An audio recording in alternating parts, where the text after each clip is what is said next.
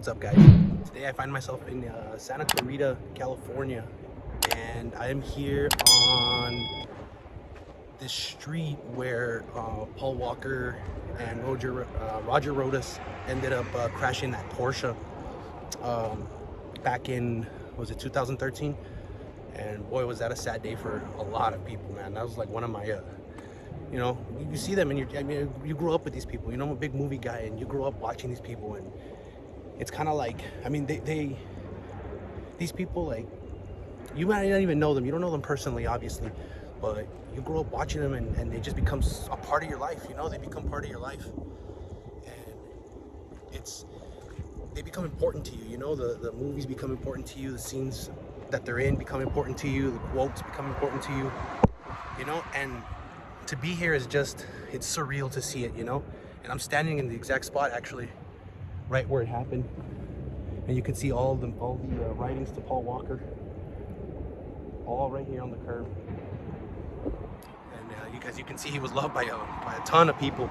Okay, so apparently they would have been coming from this direction, coming down this way. Somewhere along here, along this area, they lost control and skidded. Right here, and the tree is gone. The tree that's in the pictures is gone. It's actually right here. The stump is right here.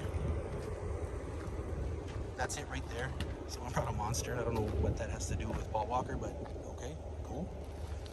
There's flowers, there's coins, people are writing.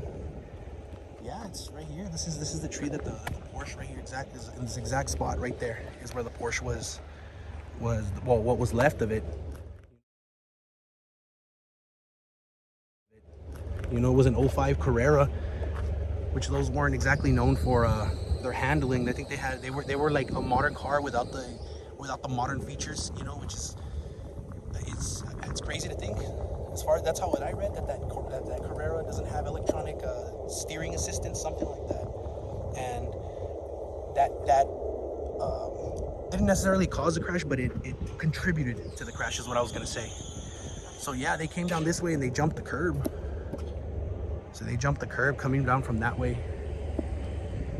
Somewhere around here, like I said, they skidded. And then they ended up here. I'm not sure what part of the curb they jumped, but you can see, actually, now that I'm looking at it, I don't know if it's because of all the writing. I would assume it was that they like refurbished the curb here. I don't know if the crash had anything to do with that, but I think that they come over here and clean it up, because you can see at the end over here where the two colors clash from the original curb and then the one where Paul Walker, you know, passed away. Yeah, you can see it here too. You can see the coloring of it. That's crazy. So I guess the city's just painting over it or something, I guess. But I would assume, I mean, it's been almost 10 years. 10 years that we're going on, pretty much. 2023 makes 10 years that Paul Walker's been gone. That's crazy to think. He'd be 50 years old.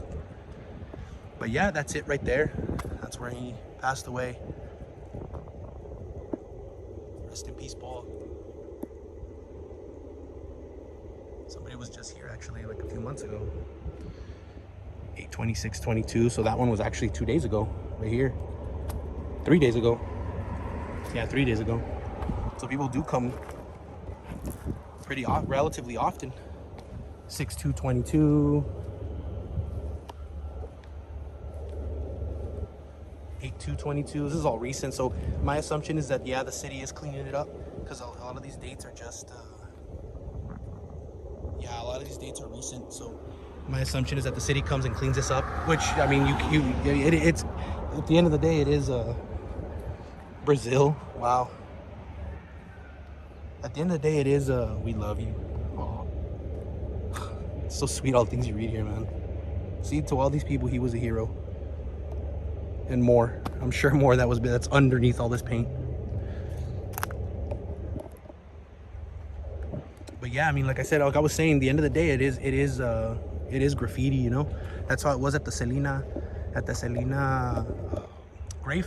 People would write on the stonework there, and they had signs there not to vandalize, and people even got in trouble. Luckily, I didn't get yelled at or told off by not told off, but told something by the staff. But yeah, that's it right there.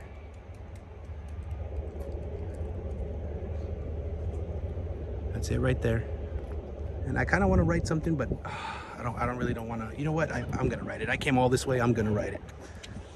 Let me see if hopefully I have the Sharpie on me.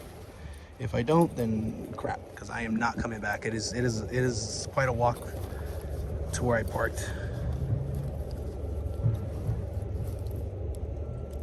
No, but let me see if I can do it with a pen.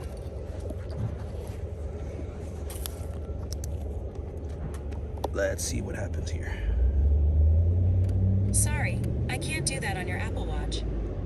Yeah, thanks, Siri. We miss you, Paul. Robert. El Paso, Texas.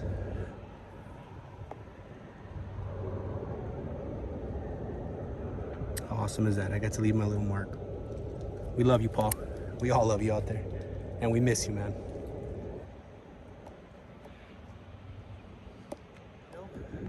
Because this does hurt, you know, this does hurt to be here and to see when Paul Walker passed away. And, you know, I was even debating whether or not to come out here, but I had to, you know, I had to, because it's Paul Walker, you know, I grew up watching this guy. Matter of fact, the first movie I ever watched on DVD was The Fast and the Furious, and I fell in love with it. I remember I was being babysat by my sister's boyfriend at the time, and I fell in love with that movie. I ever since then, since 2000, it came out in 2002 on DVD. I know the movie released in 2001 in theaters, but 2002 is when I actually watched the movie for the first time, and I fell in love with that movie. I've seen it countless times.